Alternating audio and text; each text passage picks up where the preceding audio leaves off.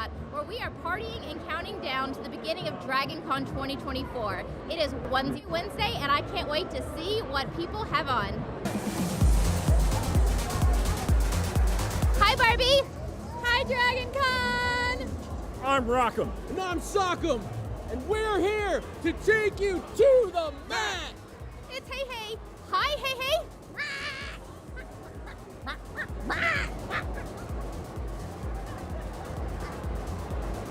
There you have it. We are the other gram. We are the other nice gram. Now go away, you son of a silly person, before we boil your bottoms. I blow my nose at you. I fought in your general direction. I slapped my bum at you. Now go away. Before we got you a second time.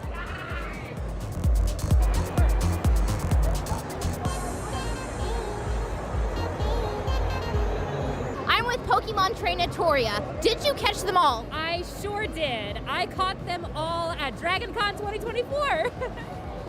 Imagine that. I found some dragons at DragonCon. What would you like to say? Welcome home, DragonCon.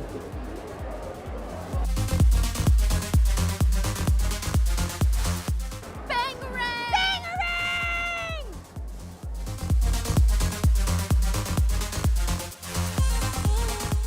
I caught them all! Are you a platypus?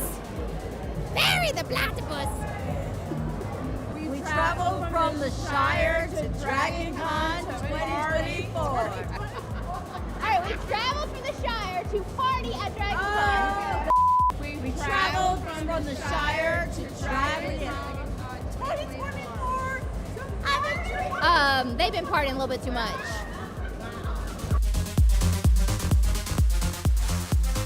You know what you call a group of Buckies? A bushel of Bucky boys.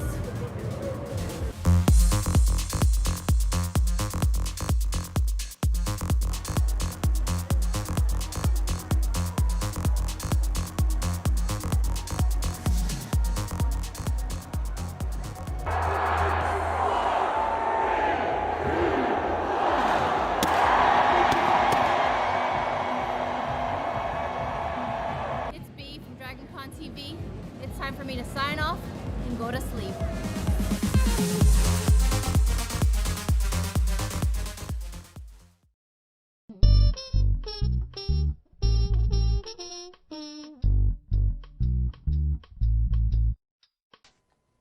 This is one of our favorite scenes from The Return of the Jedi. And action. My son, take off this mask, so that I can look at you with my own eyes. But you'll die. Just do it.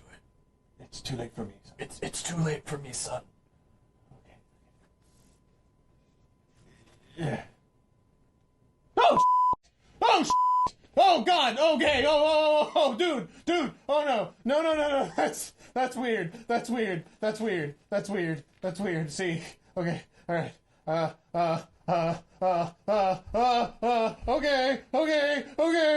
Okay.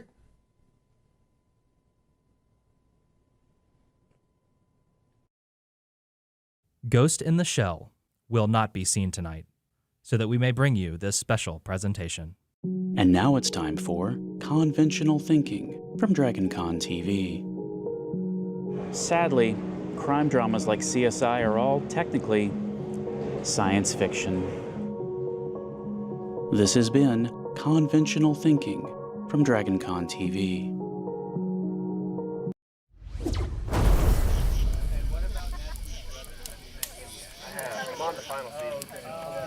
His brother?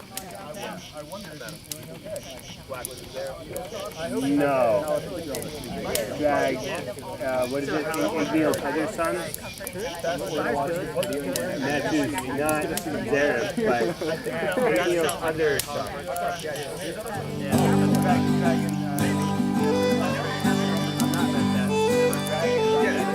Almost August in Atlanta, Peachtree Center, Marriott and Hyatt.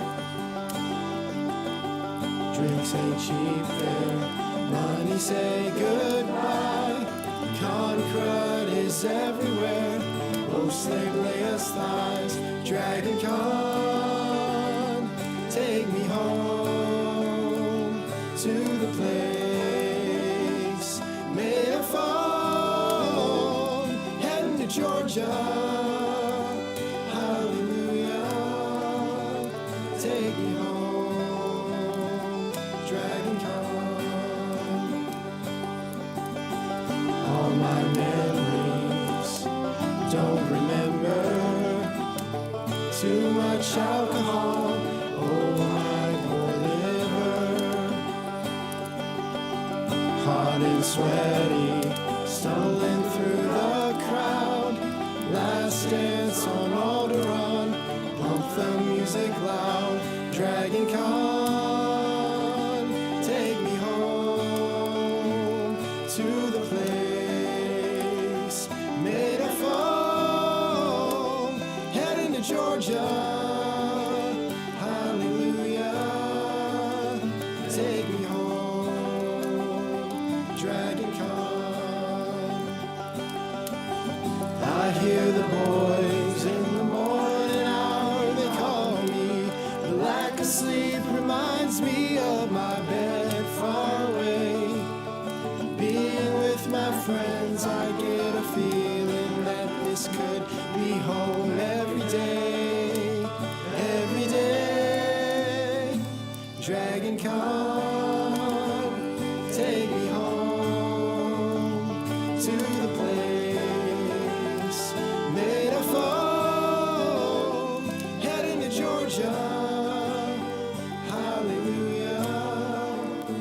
Take me home, DragonCon. DragonCon, take me home to the place made of foam. Heading to Georgia. Hallelujah. Take me home, DragonCon. Take me home to DragonCon. Take me home to DragonCon.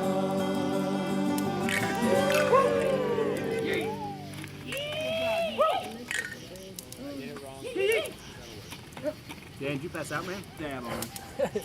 New from Parody Brothers, it's Game of Thrones, the home game. When you play the Game of Thrones, you play for hours of family fun. Oh, I'm marrying the Dothraki call? Eat, eat, eat, eat, eat, eat. One roll of the dice can change the entire game. Advance immediately to the Iron Throne. You are the new king of Westeros. Yes! Look, Ma, I sent you back to River Run. And there's nothing you can do about it.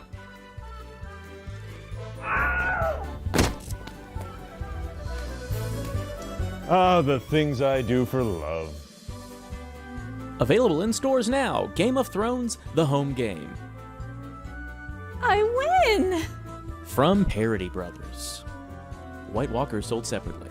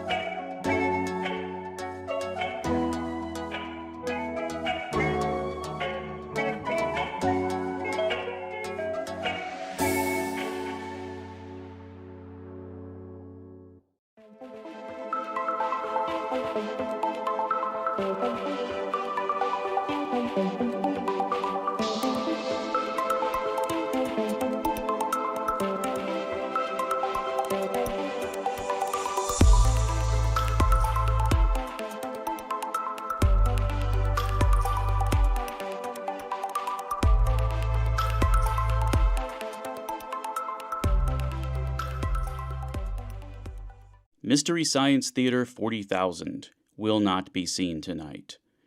Please stay tuned for our feature presentation. We come to this place to gather.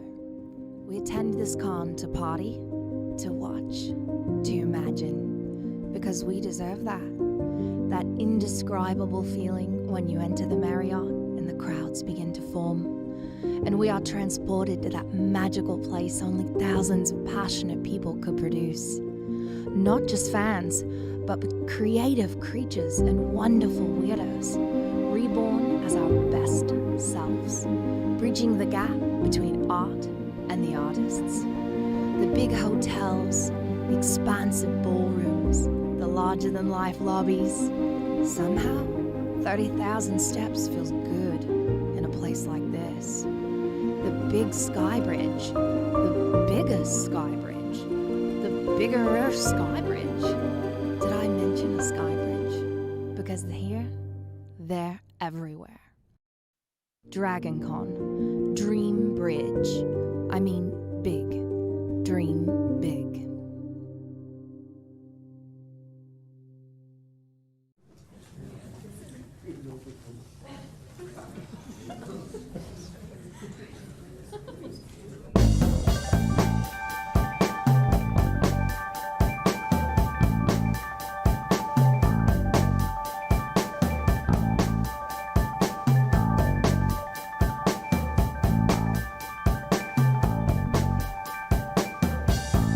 Find yourself shut up in a one-room flat, and you may find yourself in the same old part of the world, and you may find yourself staring at an unused automobile, and you may bore yourself every day in your house, every day with your wife, and you may ask yourself, well, when can I leave here?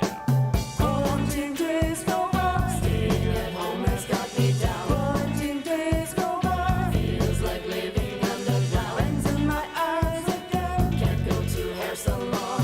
Feels like a lifetime, am I living underground? And you may ask yourself, how do I stream this?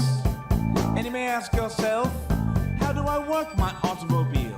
And you may tell yourself, I gotta get out of my house. And you may tell yourself, I wanna get back to my life. Quarantine days go by, cities and states are shutting down. Quarantine days go by, can't have family come around. Into the Zoom again, meeting with no pants on. Wait, is it springtime? Feels like time has come unwound.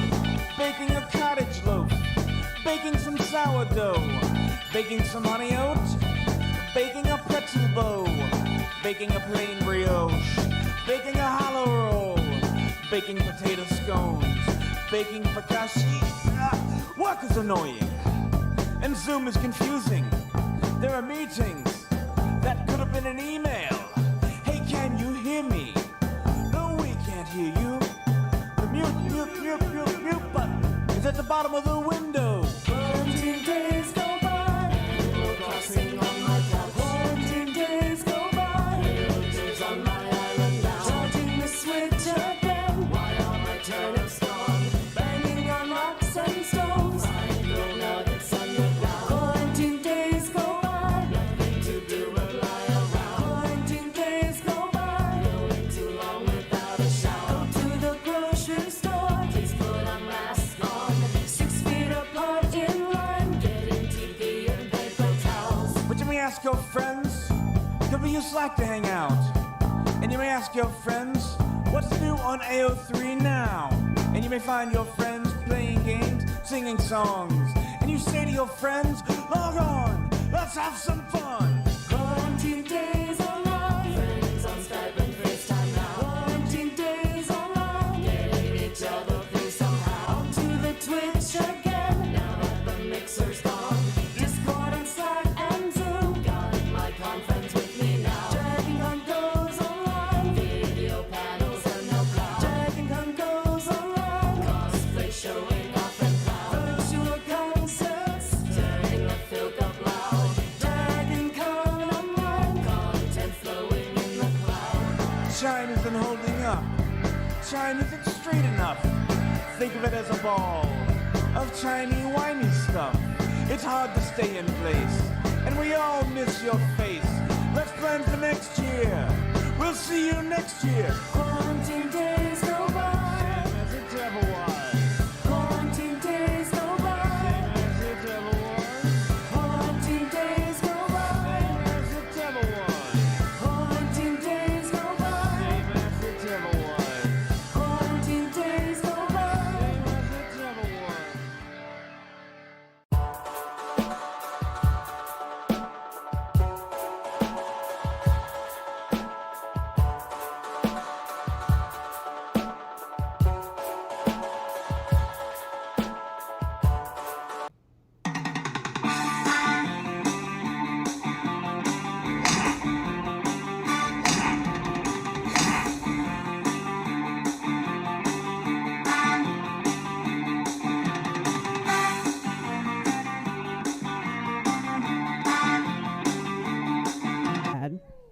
All right, so we have a special treat today. We're going to show a premiere of a really special documentary series. And the person that did that and is the boss lady in charge of that, we have Ash Patino. She's going to say a couple words before we play the video.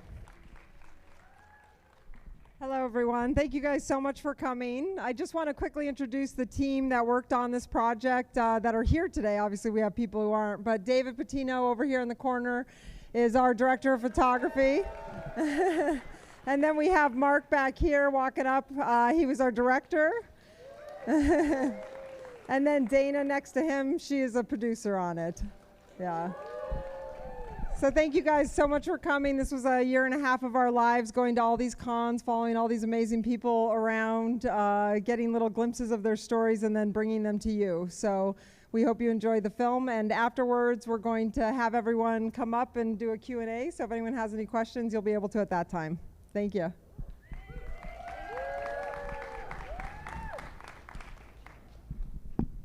Cue the lights and whatever else we got to do.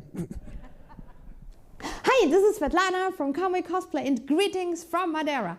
I'm so sorry I cannot join you for the premiere of the Alter Egos documentary, but Benny and I, we just came back from Gamescom and we are so tired and exhausted. So I wish you a lot of fun. I wish you all the best greetings and just an amazing time at DragonCon. And yeah, I hope you will enjoy the documentary. I already saw the first episode and it's like really, really amazing.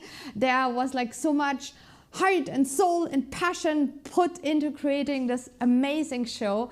And I'm really honored to be a part of it. And I hope you will love it just as much as I do. So I wish you an amazing DragonCon. I wish you a lot of fun. And please share the documentary. It's really amazing. It's a great portrayal of our community. And yeah, have a great time and hopefully see you soon. Bye-bye.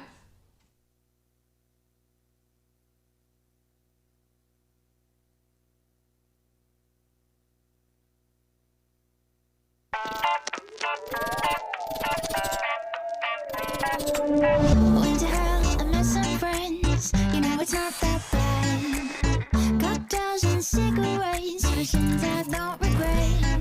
But someone thought it best to raise me from the dead.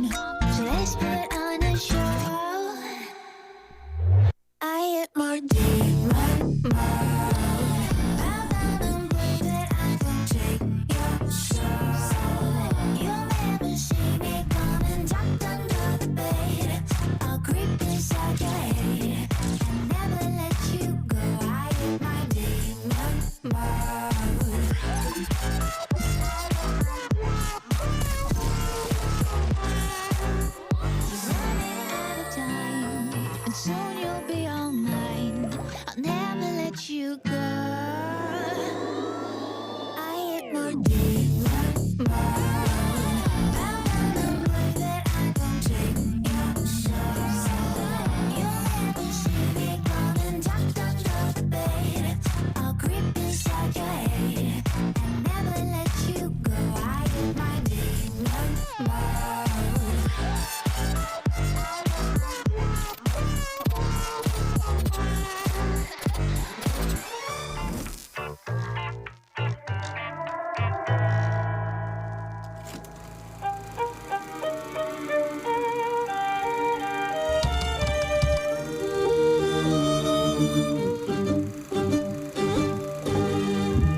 cosplay is the art of expressing yourself. Because cosplay is cos and play. Cos is costume and play is role playing. So it's more than just wearing a costume. It's also becoming the character.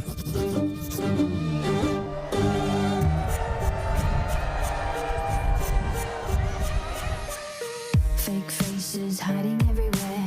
Made up makeup, made up stairs. It's not like a street term or something, because I still meet people that I'll say I cosplay the Hiwa. What's that? Cosplay. Which, I mean, look, let's talk about being makers. Maker is a brand new word for the oldest thing. And cosplay also is a new word for an old thing. But that word comes out of Japan, and it comes out of taking the idea of putting on a costume and making it. It takes that and makes it really a serious occupation.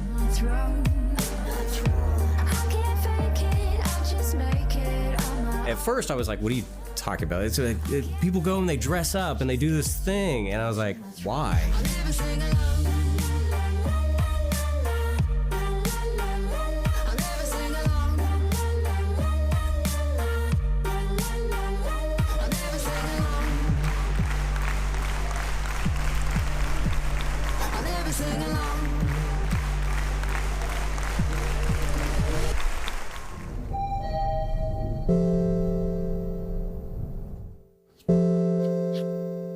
See, look at that. Bam.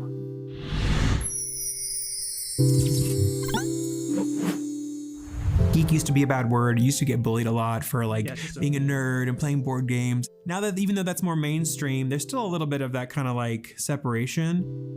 Okay, ready to go. A decent amount of people that I meet in cosplay and conventions maybe like socially awkward or have been bullied or didn't grow up with the best family life or just didn't know how to socialize, right?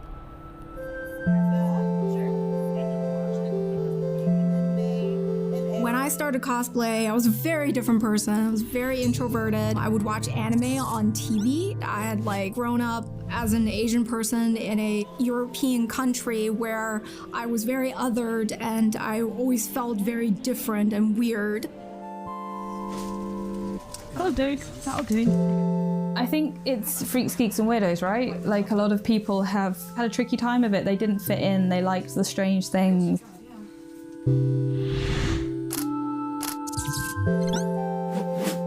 None of us are particularly normal.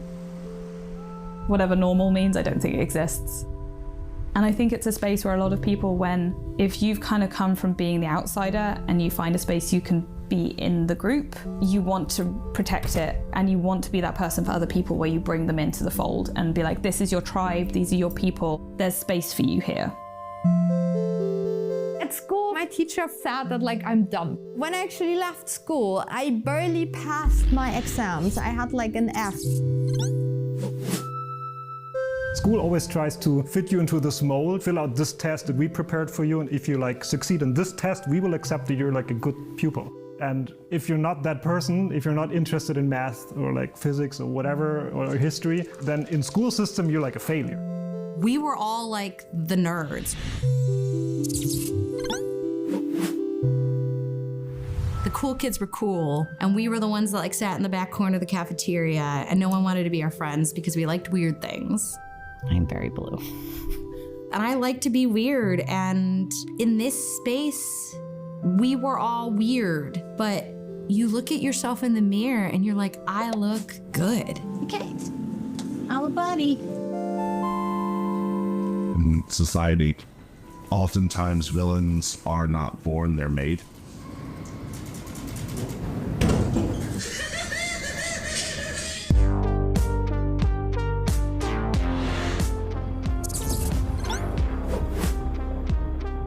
I grew up in the early 90s where being a nerd wasn't the cool thing. Even playing sports amongst my fellow friends, I would get beat up or bullied because I like certain things. Oh, look at that. The grade's going away. It's almost like my younger days. You're like 20 years younger. I'd get in a fight on Thursday and then have to play with the same guy on Friday. Believe it or not, I'm walking on it. I remember very vividly someone I was on a team with coming up, flipping over all of my pogs. Yeah. If you're on the outside, whether you know it or not, you're a little bit nerdy. I mean, everybody loves Batman. Everybody likes Star Wars. Down the line, you have been exposed to it and enjoyed it, whether it's through television, comic books, or movies.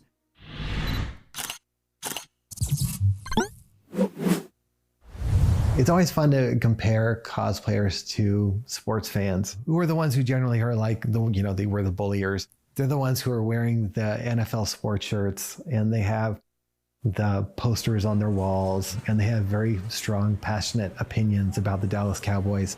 And they're the ones who are like, cosplay? That's lame. It's like, dude, you've got a jersey on right now.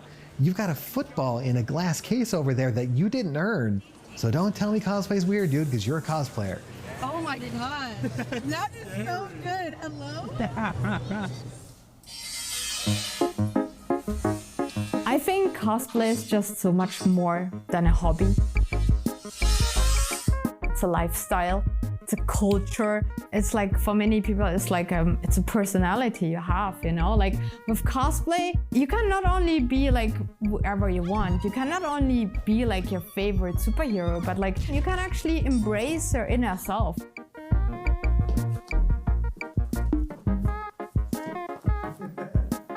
When I made this, I danced around like this a lot. It's just something that you have to do.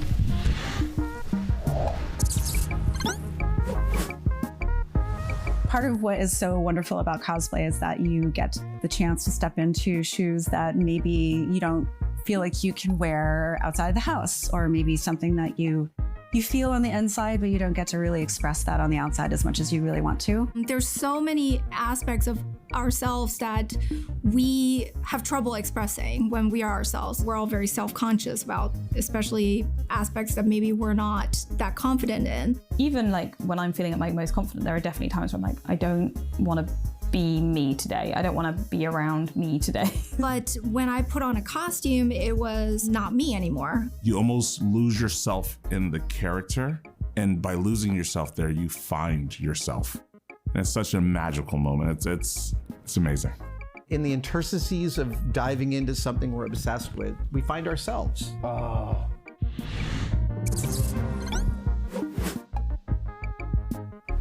We all have clothing that makes us feel better about that day, that we reserve for either going out or feeling good or whatever. Cosplay is that feeling taken professional. That's all that it is. That's all that we're doing, is chasing that high of putting this on. Feels transformative. Oh. Time for a shower.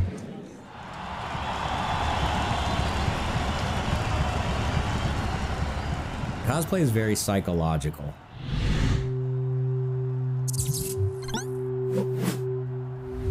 Where you're becoming a character that you're not really that person until you put the costume on.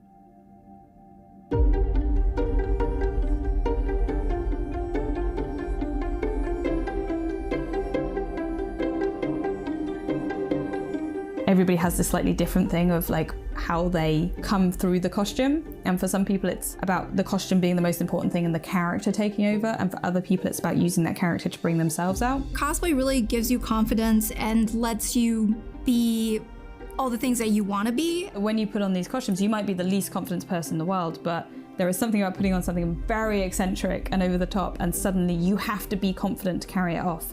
And you take on elements of those characters. Cosplay really helped me figure myself out.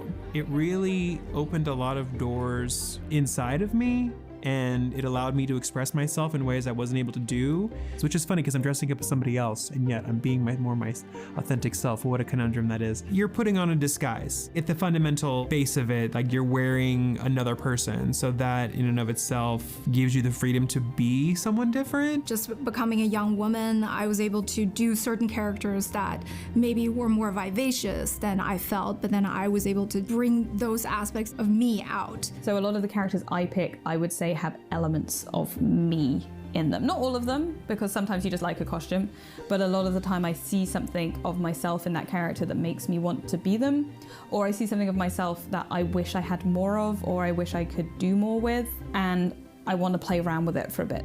Feel the experience of wearing a costume and become a different character, because then you can do things that you yourself couldn't do before. You can be much braver. You can walk with a swagger. You can do a kick and pose like a badass.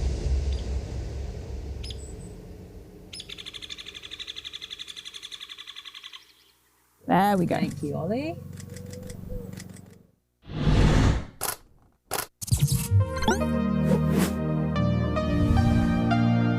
I love photography. I think it's a really fun medium to work in because you give them the superpowers that they think they have. Yeah, definitely got a good shot there. It's gorgeous. Excellent. It's really pretty. That's what I think me and many other photographers love doing. It's where I am behind the camera, directing people, showing them the results, and making them feel like $1 million. You have these people who are afraid to even come out of their shell and be themselves because they're afraid what the feedback, what the bullying could be like. But you put a mask on and suddenly they're feeling great about being in public. A lot of photographers are being not used, but like their work is now very precious to the cosplayers. It's a huge confidence booster for them. I love seeing it. I get thank you messages all the time on my social feeds about you made me feel so good about myself. Groovy. I'm not trying to change anyone's lives, but I am trying to make everyone feel a little bit better about being them. One of the top reasons I do it.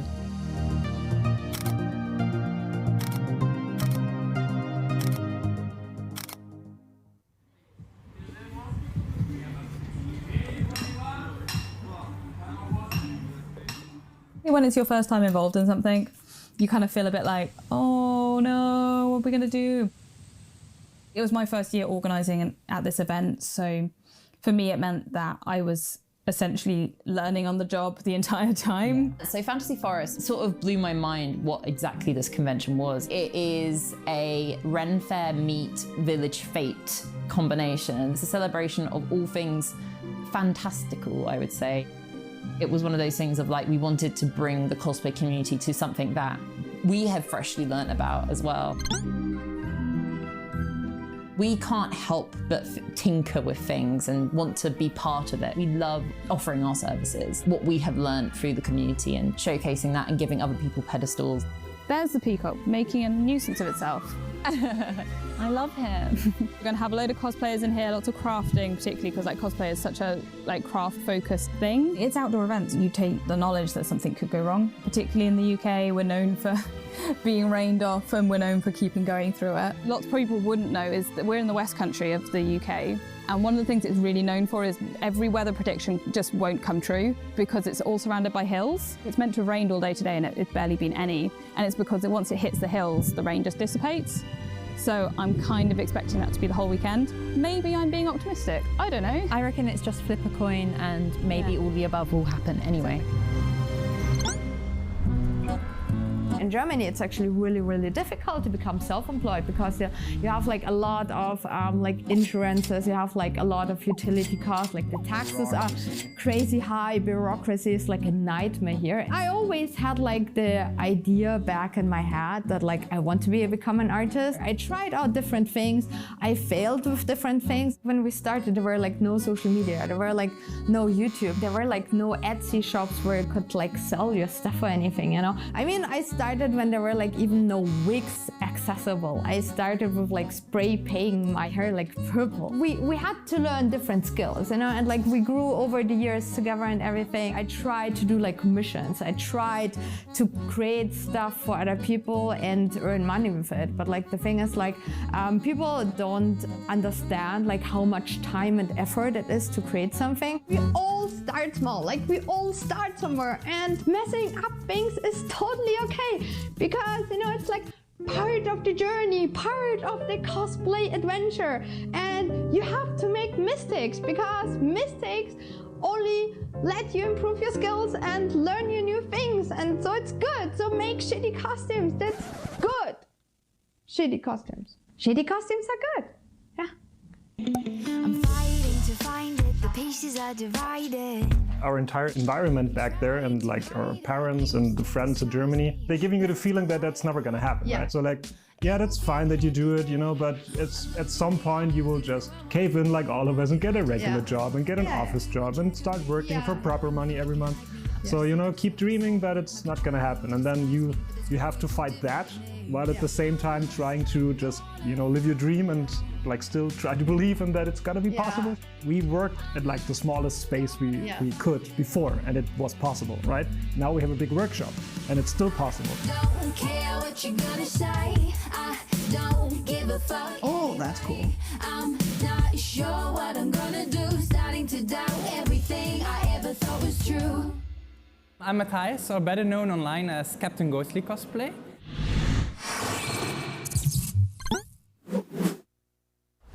I'm an international cosplayer, meaning I go from event to event to promote cosplay, to be a cosplay guest, and mainly to give workshops. I got into cosplay when I went to an event in Belgium for the first time, an event called Facts. I was walking there, I didn't know anything about cosplay. And I saw so many cool people with cool costumes, and I thought this was only possible like in Hollywood. I didn't think it was possible like for regular people, so I was walking there. And I got like so into that world, and I was like, I want to make something as well. We were looking for something to do on a weekend that we had the kids when they were young. And so my husband looked online, and it was Rose City Comic Con, which was in our town.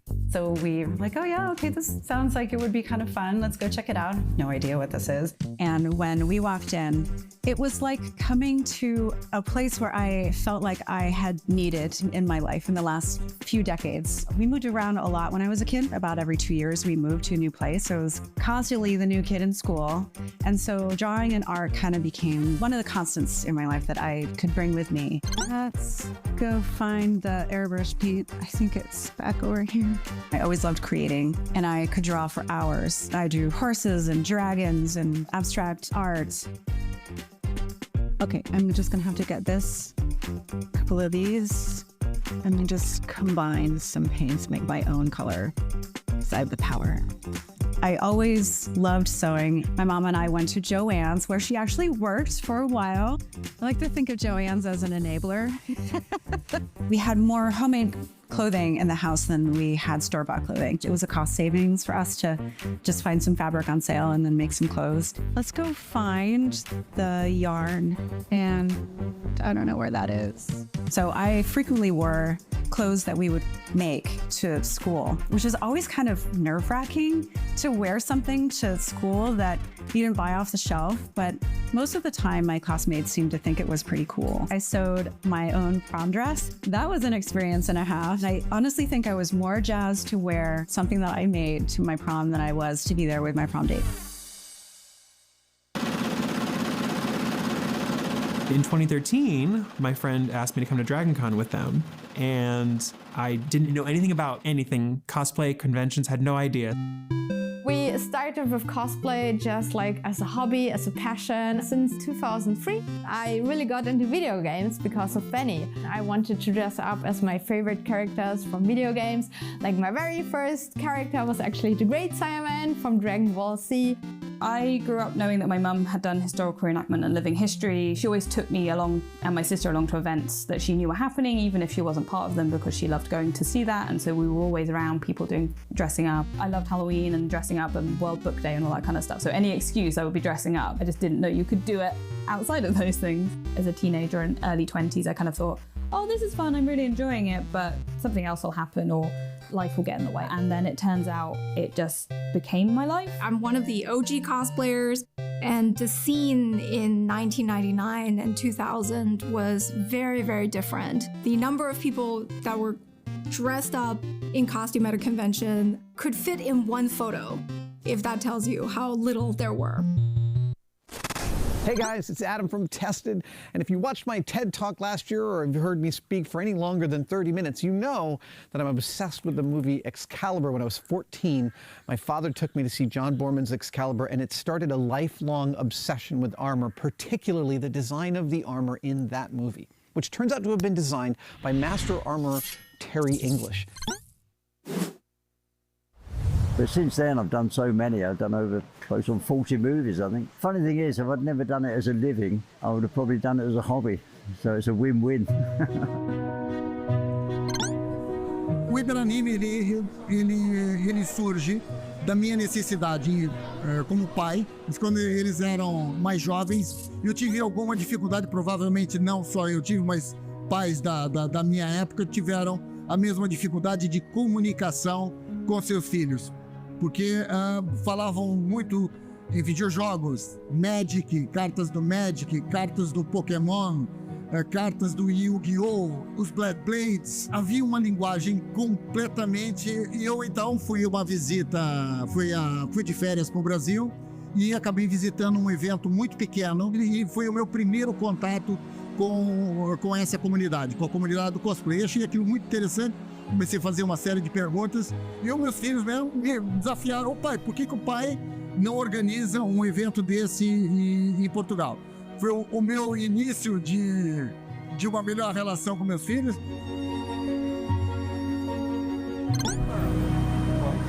There's like a deep lore almost that exists with DragonCon that makes it so magical and nothing can touch it. It is probably one of the truest multi-genre conventions I've ever been to. Yeah. So he's a North Carolina cosplayer. Oh, there.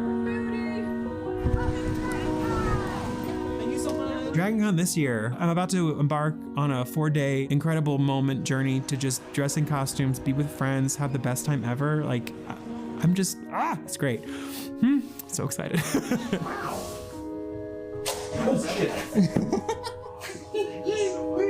I'm such an idiot. Legend is, SpaCon started actually as a Doctor Who convention. Hi, Barbie! SpaCon is a pop culture and comic convention in Hot Springs, Arkansas at the Hot Springs Convention Center.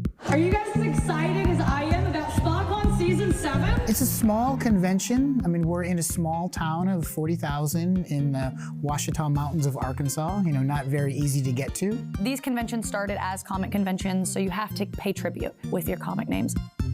But it's really branched out. There are no limitation to what is and isn't pop culture. So it's open to multi-genres, from horror to comic books to anything pop culture related. Pop culture is a really interesting term, and it just covers so much that makes it just a kind of anything you want convention. I think by not modeling ourselves by any other convention because we're oblivious to it, we just kind of go our own way and make our own production. We pride ourselves on presentation and pizzazz. It's one of the bigger events in Hot Springs, so definitely not just a specific Doctor Who convention anymore. It's really more of a show than it is just a bunch of vendors and celebrities signing autographs.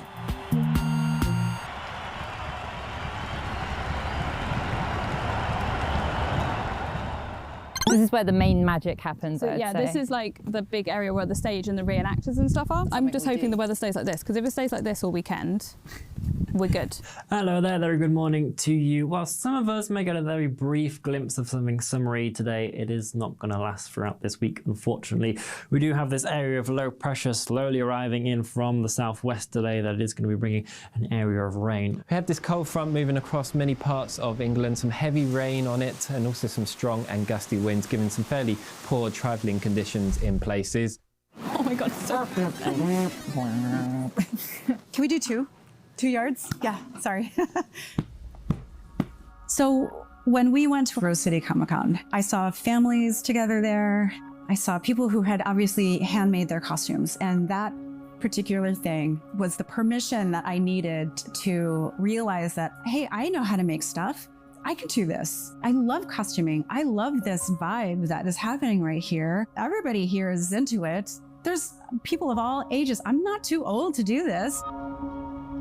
So I came into cosplaying when I was in secondary school, and I had a new group of friends and they were like, there's this event happening in London, let's go do that. I really wanted to be a YouTuber, and I would go to these events because I wanted to meet my favorite YouTubers. It was so amazing to do that, but then also photograph for my friends. And that's how I got into cosplaying. When I was going to Comic-Cons and stuff like that, I was always the person holding the compact camera to begin with, taking photos of my friends, because I didn't want to be in front of the camera. I didn't really enjoy that part of cosplay. And somewhere along that line, I met Ollie. It blossomed really organically, and we just stumbled into a relationship as well as working together as a lot. So I joke that they are my boss first and my relationship second. And then we're also going to have like leatherworking workshops going on. We've got a fairy storytelling marquees going in here.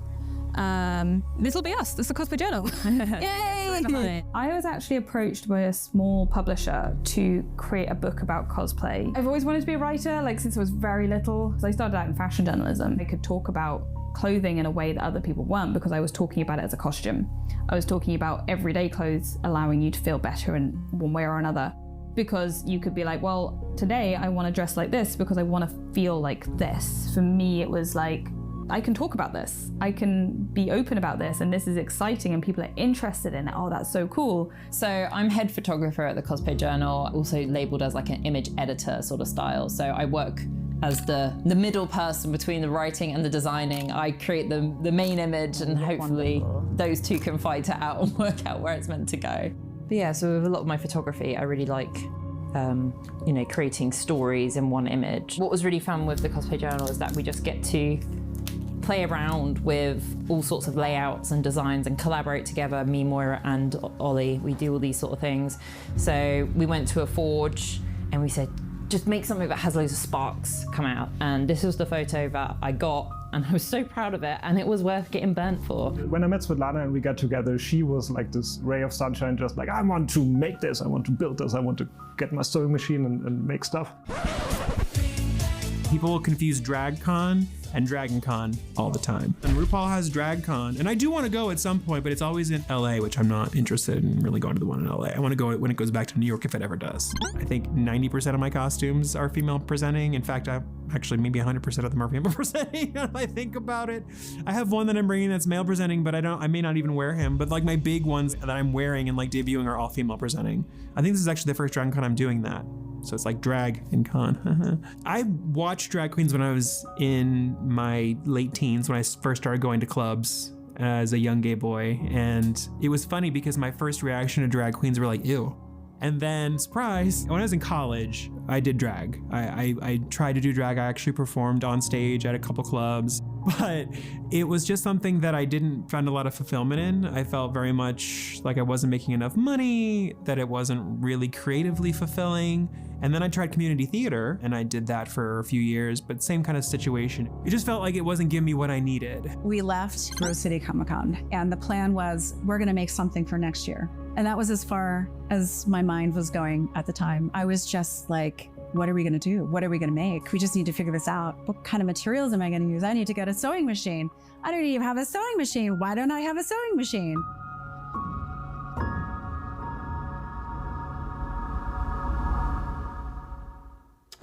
Everybody is laughing behind my back. Their insecurities, they covered. Yeah, how about that? But I know you're hurting, you're just acting, yeah. So won't you come and play with me? So I'm a little crazy. Get off my back. Hello. Yeah, that was awesome, right? All right. We don't have a lot of time, so I'm just gonna let all the panelists come on up here. We have amazing people here. We have Steve Smith from SKS Props. We have Pros and Cons Cosplay. We have Michael Mosley, Judy Stephens, Josh Duart, Cosplay Journal, Captain Ghostly, Ash Patino, who we met earlier, Beverly Brett Downen, and Yaya Han.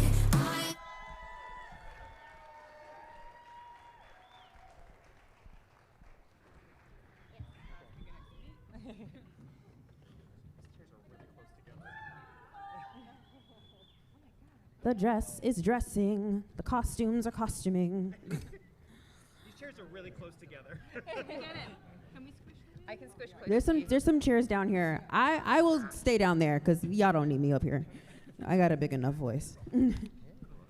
So I will start off the questioning.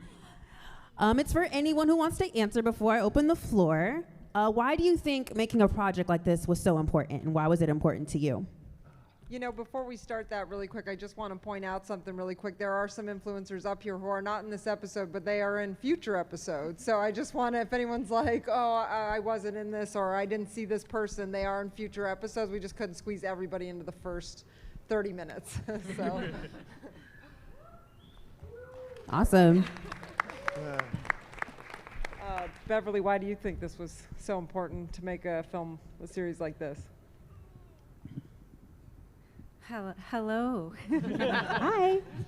I don't know. I think so. When we first had our first conversation about what this was, and you kind of were telling me about how much you didn't know about cosplay, I thought that was a great opportunity to influence you and your team in a great direction. because we've all seen the things that can come from other depictions of this community that, thank you, that don't quite capture the love and the heart and the feel and the soul. And so it was a great opportunity to tell those stories and to hear those voices. And I love that you didn't know really anything about cosplay. That was really, really cool. I thought that was a great opportunity. It was like boot camp for cosplay for me. Anyone else want to answer that? Or want me to open the floor? I want to just reiterate what Beverly said. I think so many of us sat here have made it part of our lives to show what cosplay is to the world, to be those people who are like, yeah, it's a bit odd, fair enough, but it's wonderful, and I think it was really important to trust somebody to share that, and we put so much trust in you guys, and it has paid off. It was amazing. But it is so important to share this wonderful community for what it really is, and I think a lot of the work that all of us have put into it is shown there, and I'm really happy to have been part of that. I think we're all really happy to be part of that. So, thanks. So for myself, I have a 9-year-old daughter, and I just know one day she's going to go to a convention, and I thought it was so important to give the younger generation a sense that what they're doing is okay, and going here is really cool because people that look like them or people they look up to are doing it as well, and that, you know, cosplayers are doctors, lawyers, mechanics, we're everyone, you know? So I think that by having something like this, it gives them a chance to really take a look at it and realize that it is cool and it is okay to be nerdy. Heck yeah. Awesome. All right, so I'm going to open the floor. If y'all could just raise your hand, I'll come right to you. Hi. Oh, no. Yeah, Ollie, oh, no. I love these kinds of things because they show incredible skill, amazing costumes, beautiful successes. But I'm wondering if you want to share your personal failures, as we say, as Kamui said, shitty costumes. What is something that you failed at or did not work out the way that you had hoped or expected? Keep watching the show. Did you not see the weather report about Fantasy Forest? Yeah, that is something to keep in mind. This is the first episode of 6. We followed these guys around for a year and a half, some of them just kind of depending on who it was or what point they were at. So these journeys do continue. And just to let you know, you are sitting on a poster that if you click on the link, you can get directly to the series. And if you click on that link, it'll give you half off. So if everybody wants to see the rest, just pick up what's on your seat and take it home with you. I want to answer that question, though. Okay. So it was 2018, I want to say, and it was for DragonCon, and it was right before Thor Ragnarok had come out, and I had seen Hela in the trailer, and I was like, I got to do that. And I, of course, as anyone in this table and maybe anybody in this room knows, cosplayers maybe like to procrastinate. Maybe some of us possibly is a thing. No, it's fine. So I, of course, waited to the last minute. I tried to make my own bodysuit, and guess whose pattern I may have used? This is no fault of you. It is completely on me because I just did not give myself enough time, and I did not use the right stretch fabric. So anyways, long story short, there's a picture of me on the internet with my hella horns that are beautiful and stunning, and I'm wearing like a cocktail dress with a cape pin to it. It's horrific. The next year I ended up buying the bodysuit to go with it, and it looked amazing, but that was a failure, and I learned that time management is not my strong suit. All right, we have one over here.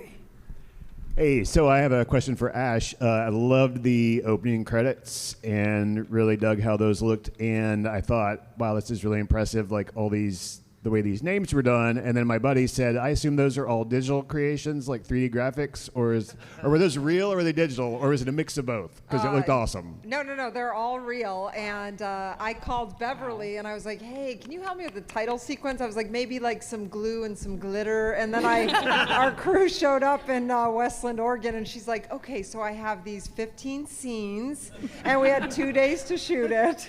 And the funny thing was we forgot one of our cast members members. And so then the 5 of us crew members, in 2 days, it took us to create what Beverly created for us for 15 people in 2 days. So, but it was a struggle, but I think we did a pretty good job on the one we created. You did great. You did great. It was beautiful. Good job. Oh. Hi, everyone. I had a question.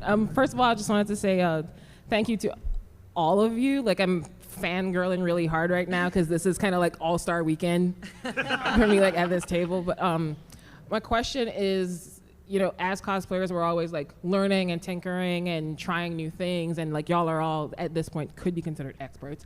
But what is a skill, I guess, for each of you that you're currently trying to learn or wrangling with? I'll answer that.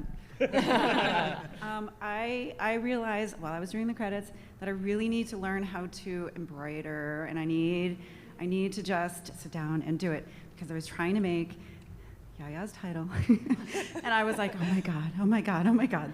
And I had one good one that I kept in the sewing machine. It was like halfway done. I was like, okay, I'm gonna press pause, and then they're gonna come and we're gonna film it. And then we did it and we got it done. I was so relieved because I didn't have another one. And that's something I need to work on. So Yaya, you inspired me to learn a skill. Yes. I'm actually learning how to code at the moment because I want to make robots. I decided I'm making Cal Kestis at the moment, and I didn't want a puppet for BD1. I wanted a robot, and so I am teaching myself how to use an Arduino and how to completely code it so that I can have 2 Arduinos running simultaneously, so that he'll be entirely independent of me, which is insane. I don't know why I'm doing it, but there you go.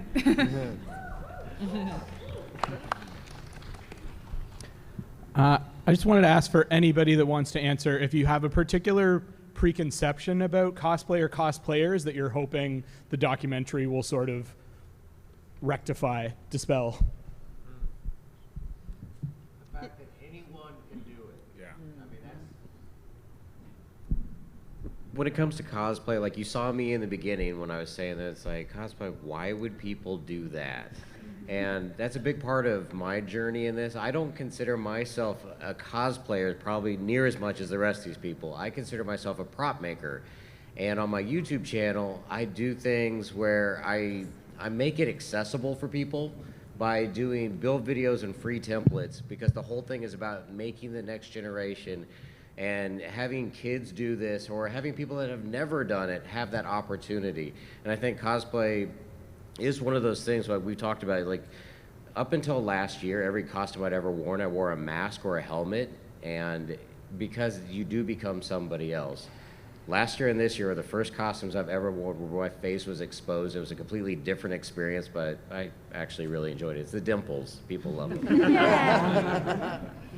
I'd like to add something to, or I'd like to answer what I think misconceptions that people might have, because cosplay is now an industry and people can make careers with it, and people can also make really fantastic costumes.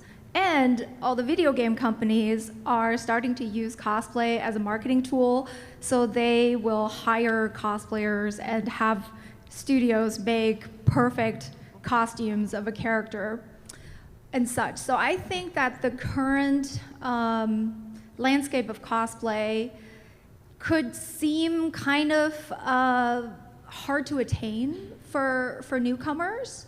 And I hope this documentary will show that we really do it because we all love it, and we truly, you know, started from scratch, all of us somewhere. And it is a labor of love. And if we're able to achieve fantastical outfits like Beverly here, like it's not because this is like a money-making machine, or this is like the path to, you know, riches or such. Like this is, we're doing this for ourselves, and we want all of you to do it for yourself as well. Like really look at cosplay as a form of self-expression for you.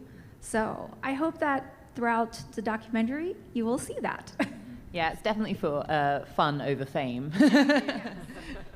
So it ain't money making. So I went on the BBC back home to talk about cosplay, and live on the BBC I was asked if it was a kink thing. And I would really like that to stop. Because I was on live BBC radio to The Nation, and I just went, for some people, maybe, but no. So yeah, maybe that bit, that would be good. So thank you all for the peek into your life's tapestry. That's wild, and y'all have all made such awesome things over the years, and I'm excited to see everything else y'all do. Was there any costume early on or recent that you put on and was like, yes, this is why I do it? Yes, Yaya. 8 down. I have a She-Ra costume, and I've never done a costume for kids before, but having little kids come up to you is one of the most magical experiences in the world. Like, I have done every single version of She-Ra from the animated series because of that experience. Like, it makes so much to do that, to be able to do that. So for me, when I did my first costume, it was actually Sauron from Lord of the Rings. Totally, like, it didn't look that great now, but back then it was amazing. But it was so funny because I went to a store called Decathlon. It's like a sports store to get like these foam mats, you know, like the yoga mats. And I bought their entire stock of yoga mats. And I built that armor only to realize it was too small. So I had to go back to the same cashier again with all the mats. And she was looking like, what are you doing with this? I'm like, I'm building a costume. And it was just so funny. It was still my first costume, but when I wore it for the first time, like after all that work, like all those hours of crunching on it, like it felt so good to just wear it.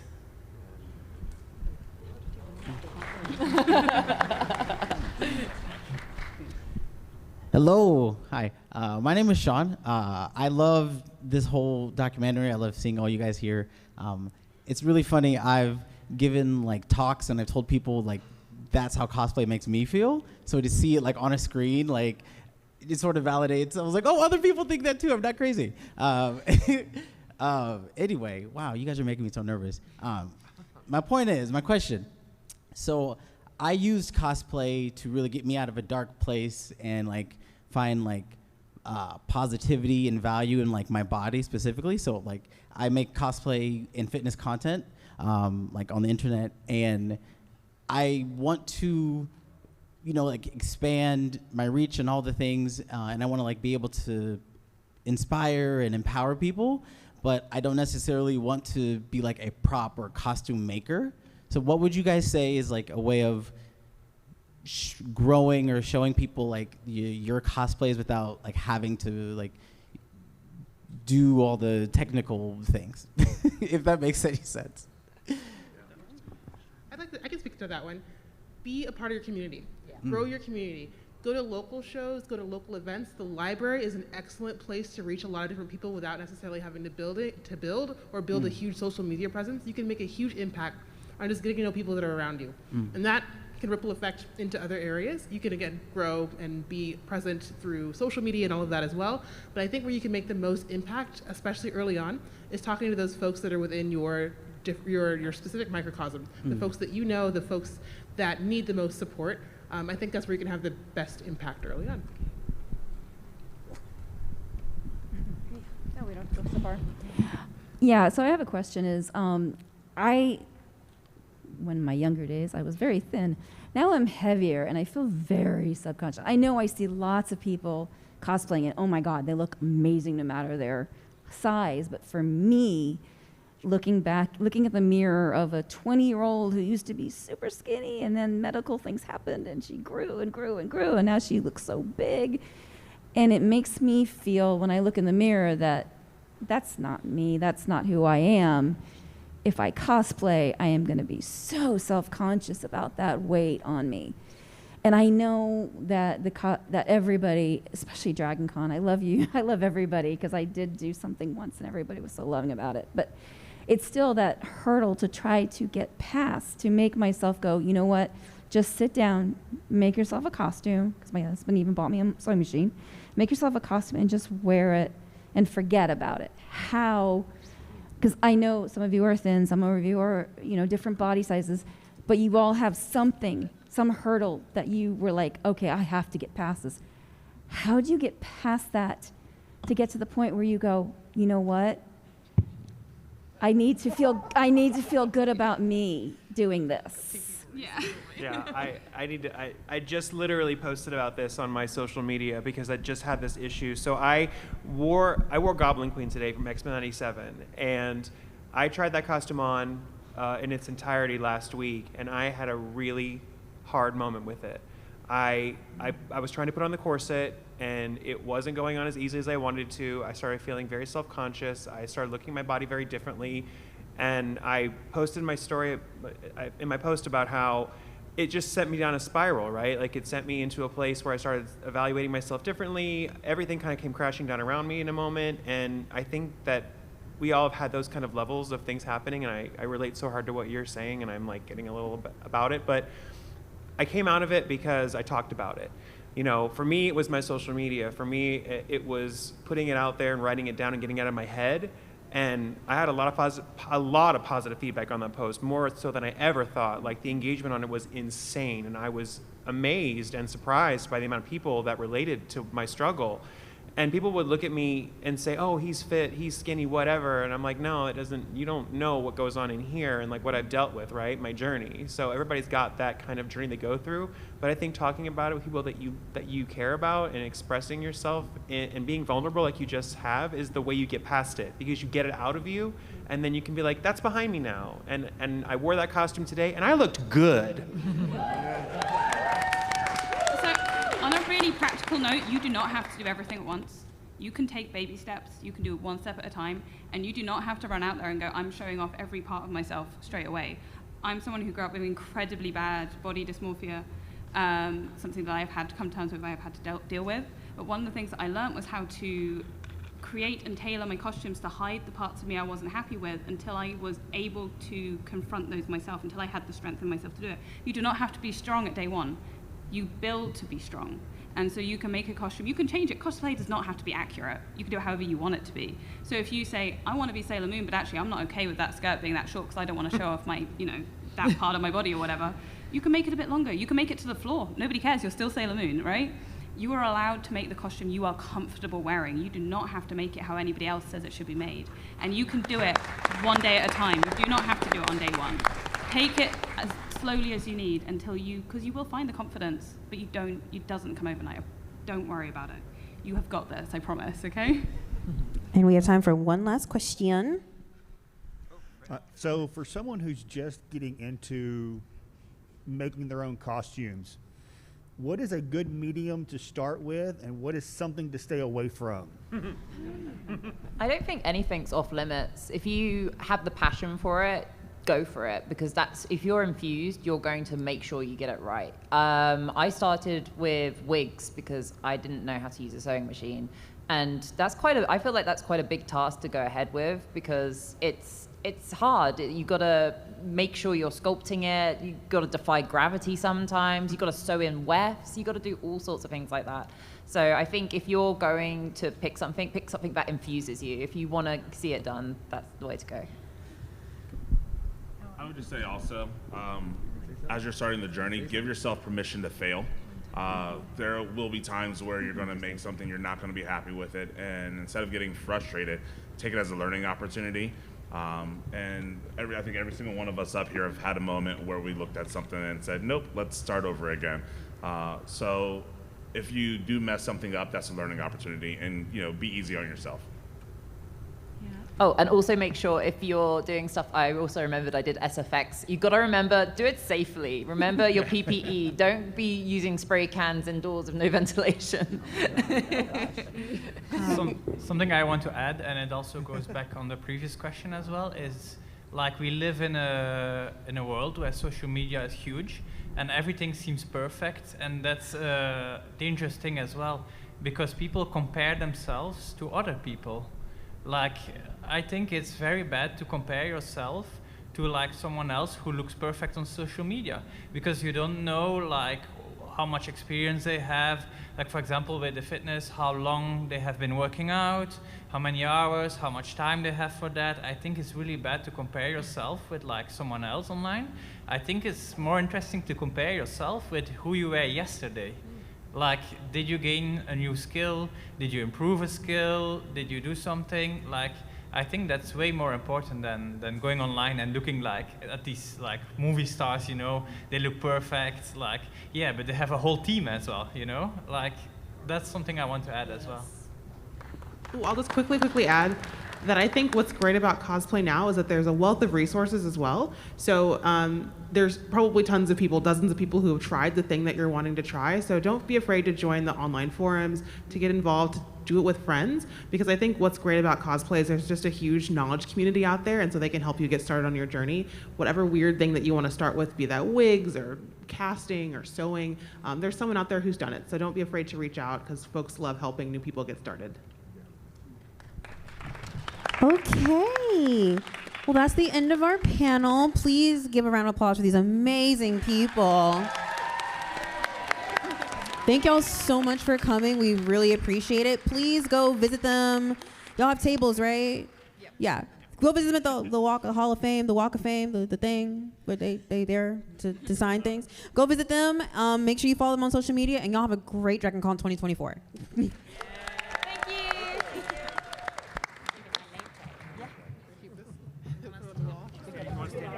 Oh, okay. We can stay seated then. Oh yeah, we stay seated. Oh, okay. Yeah. Okay. Just kidding. So they can join behind. Careful, don't fall One fair.